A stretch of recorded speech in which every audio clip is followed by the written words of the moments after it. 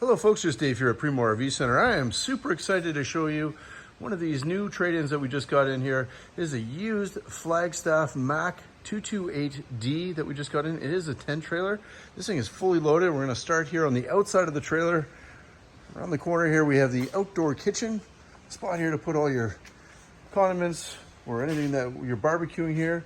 Also too, it does come with the barbecue as well. Has the quick connect. Really handy that it's all attached here to the trailer. And we also have the fresh water fill aluminum rims.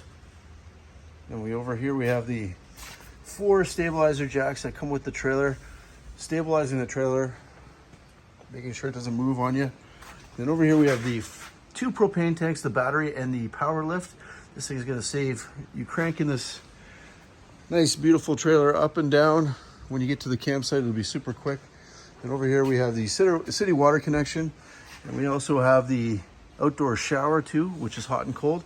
Now this trailer also has a furnace and hot water inside the trailer. So get into those fall evenings and stuff and it gets a little bit chilly, you're also able to turn on the furnace to give you some extra heat.